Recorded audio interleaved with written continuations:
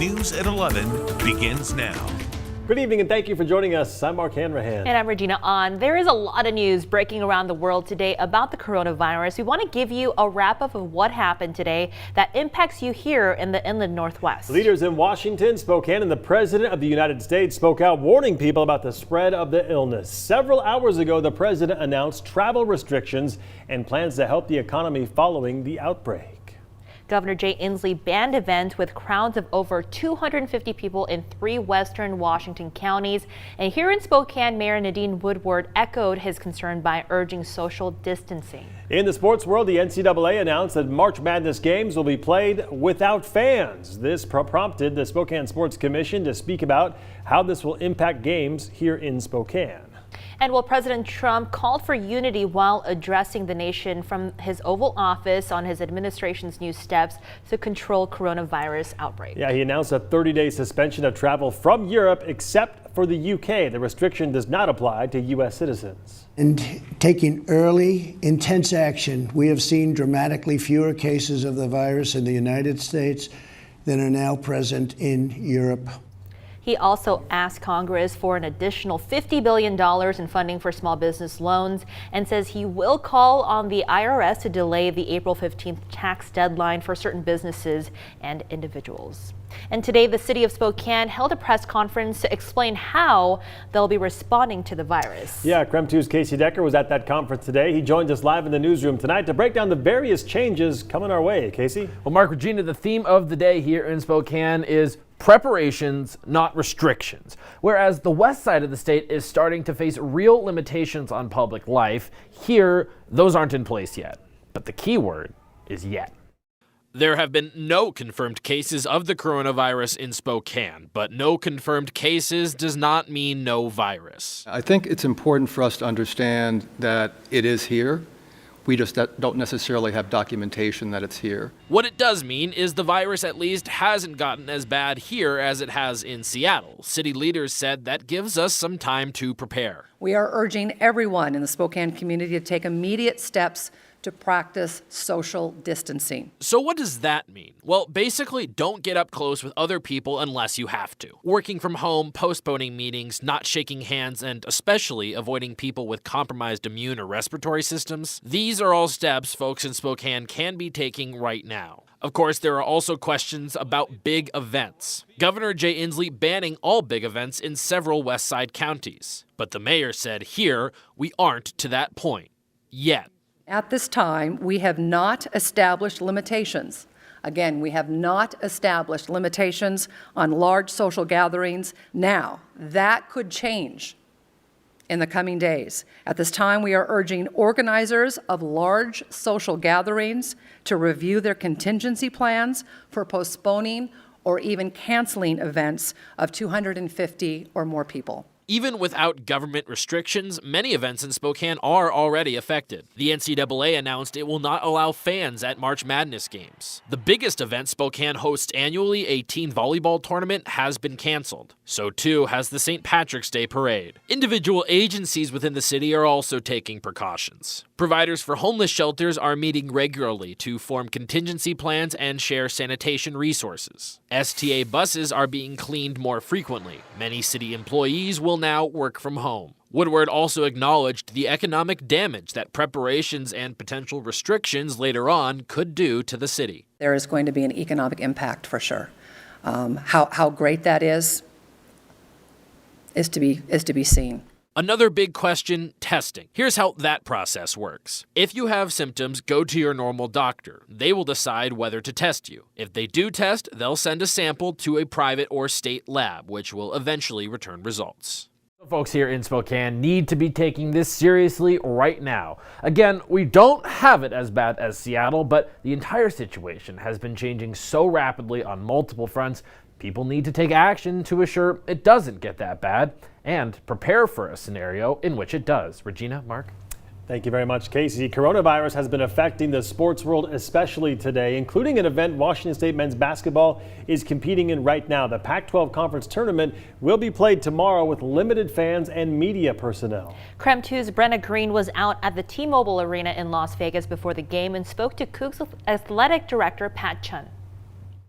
Yeah, it's been quite a day here in Vegas. Sparsely populated inside the T-Mobile Arena right now. That's not super surprising, though, as it is the first day of the Pac-12 tournament and a game that's tipping at 8:30 p.m. So there probably wouldn't be a ton of attendance at this game anyways. Still a lot of questions abound. Obviously, no fans allowed here tomorrow, but there is a question of if there's even games played here tomorrow. I asked WSU AD Pat Shunn about the Pac-12's decision to continue athletic competition.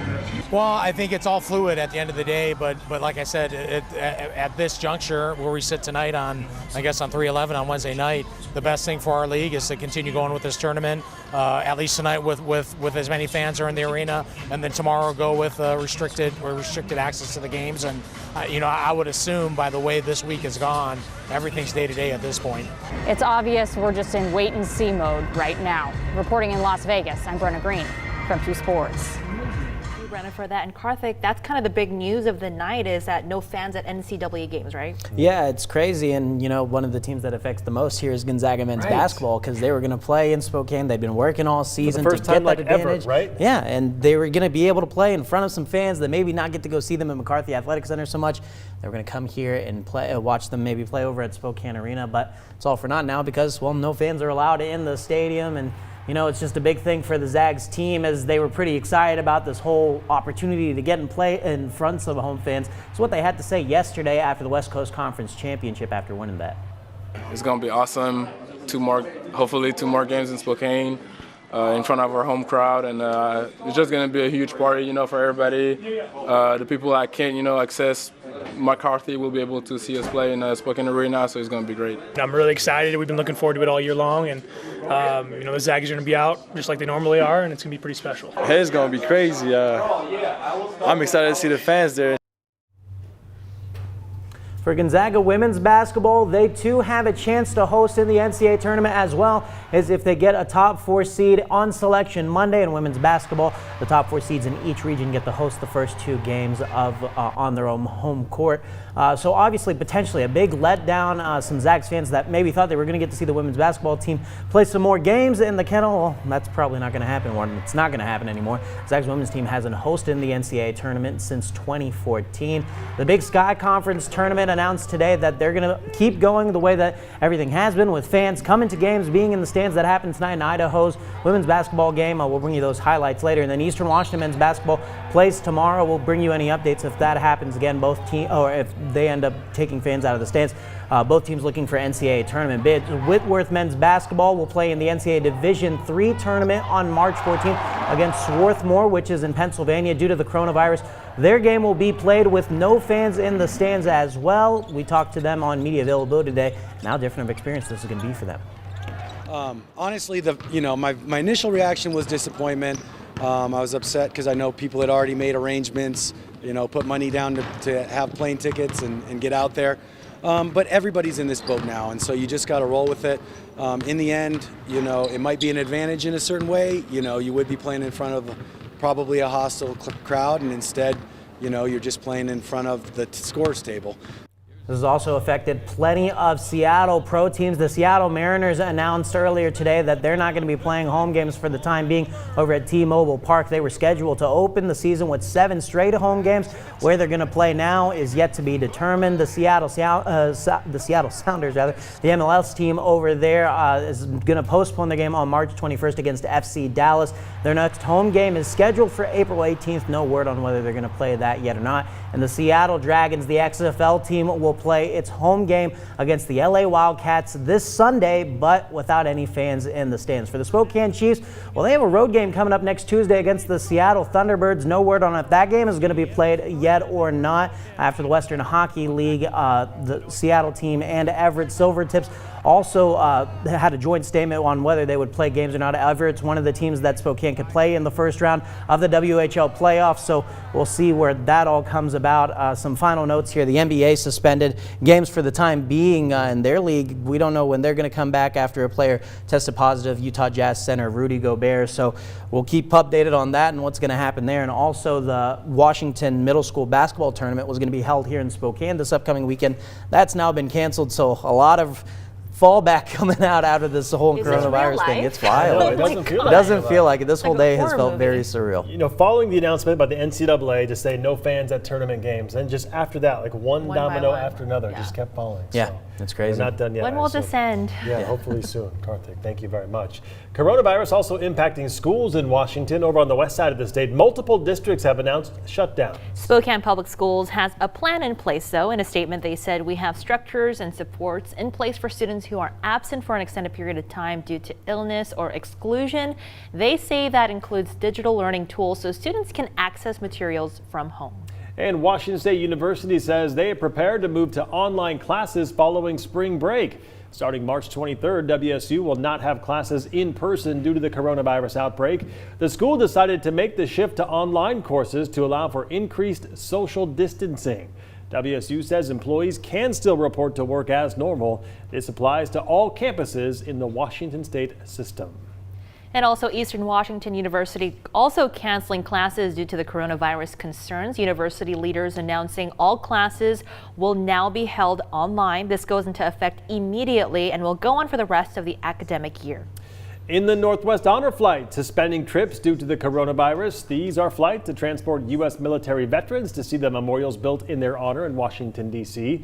This includes the In the Northwest Honor Flight trip set for late April. This comes from the organization's national board. That board will revisit the decision on additional flights coming up in early May. Bottom line is we're not going to put any of our vets in jeopardy, especially since they're of the age group that seems to be most affected right now by the coronavirus. Honor Flight will still take the veterans to D.C. during a trip planned for the fall. That means those on the wait list will have to wait longer to travel with Honor Flight. KREM 2 was planning to travel with the group in April, so when we heard of the cancellation, we wanted to do something to help and to show our support for veterans and that we're thinking about them. Of course, and we're launching the KREM 2 mail call. What that is we're collecting notes and letters for our veterans, and we'll send each veteran impacted by this cancellation a care package. We're asking you to help out. You can drop off your letter or note at KREM 2. That's 4103 South Regal. We'll have a box outside where you can drop off your note. We'll be collecting the letters until April 3rd. It is a very difficult time right now for many people. We can't change the flights necessarily, but we can definitely make a mail call. Honor Flight, certainly a wonderful organization. Right. So yeah, send them a letter for sure. Well, we are focusing on facts, not fear about the coronavirus. We've been getting a lot of questions from you, and we're working every day to get answers and address your top concerns. And you can always get the latest on the current outbreak by texting facts to 509-448-2000. All right, a quick break from the headlines to talk weather for a moment. Beautiful day here in the Northwest today, but changes are heading our way. I'm not ready yet. Yeah, me neither. Meteorologist Thomas Patrick joins us now. Thomas, what are you tracking for the weekend here? Well, Regina, we needed to give you a taste of winter before spring came in full force. So here's our winter. It's heading our way for Friday and Saturday. Winter storm watches in effect for our northern tier of communities in Washington and Idaho for Friday and Saturday. So still another day to prepare for that pretty large range of between 2 to 7 inches of snow. We'll get that range of snow totals down a little bit more fine in a couple days from now. As for today, it ended up being a windy day, if not still pretty average for March standards. As we look off to the west, we can easily see where our next weather system is coming from. Nice little spin of low pressure in the atmosphere in the North Pacific, and the jet stream is going to hitch it a ride all the way down the coast. So that's the angle it's going to come in from, but we still have about 24 to 36 hours before it starts snowing for our region. So tomorrow, no weather issues, 29 degrees in the morning, sunny skies, no issues there, but a very complex forecast still ahead of us, detailing not just how much snow, but the timeline of events and just how cold and windy things are going to be for Friday, Saturday, and the Sunday ahead of us. Sounds good. Thomas, you ready for snow this weekend, Regina? Yes, I am. You ready for it? Okay, glad to hear that. All right, I'm not sure if I'm ready. I'm not ready. All right, coming up today, parents across the state protested a sex ed bill headed to the governor's desk. It mandates that children from kindergarten through 12th grade go through comprehensive sex education.